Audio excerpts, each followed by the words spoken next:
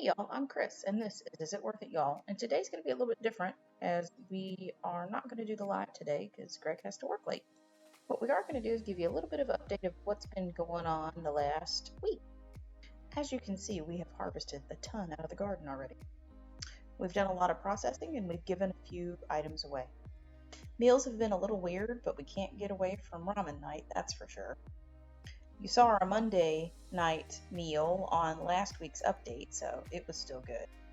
And then with all the produce that was coming in, Greg had an opportunity to do a project all on his own, which you'll see more about later.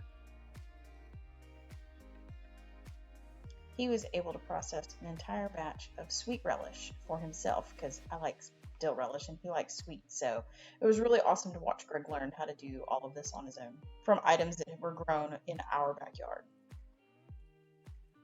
This week was really crazy. We started off Saturday with a friend of ours had a birthday, and we went to a local joint to listen to live music. And then on Sunday, we ended up eating late and took advantage of some of the TV dinners that we made a while back. Monday, you saw us eat on the last video, and Tuesday is our normal leftover day. We did do meatloaf in a jar again with peas and corn, and it was amazing. And then you just saw a picture of our ramen that was absolutely phenomenal on Thursday. Our freeze-dried onion tops were finally finished, and we were able to put those in mason jars and put those up on the shelves.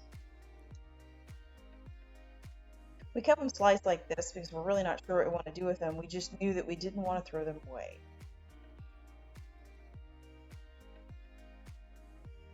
Our tally for jars used this week is 5 quarts.